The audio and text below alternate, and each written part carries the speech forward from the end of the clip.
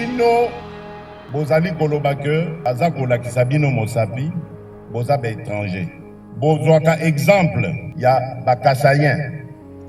Ngai na bakiseli bino pe exemple ya bandeko na biso Équateur.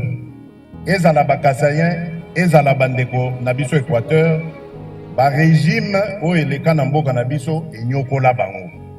Mais jamais boyoka que na Équateur to na Kasai bato bamemi mandoki babundisa ekolo. Congolais ya solo bolinga mboka parce que na moninga moko na ba hôpitaux militaires.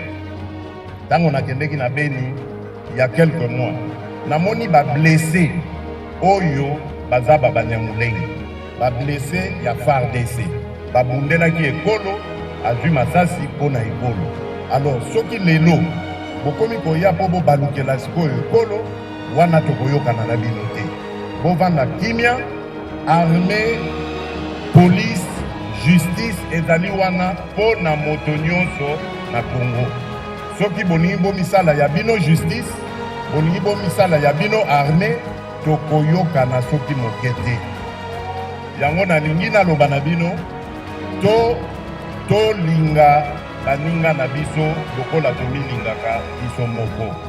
Makila matangi mingi na Congo, ngonga ekoki totika makambo wana, totia Congo na biso na nzela oyo ya économie, na nzela oyo ya développement.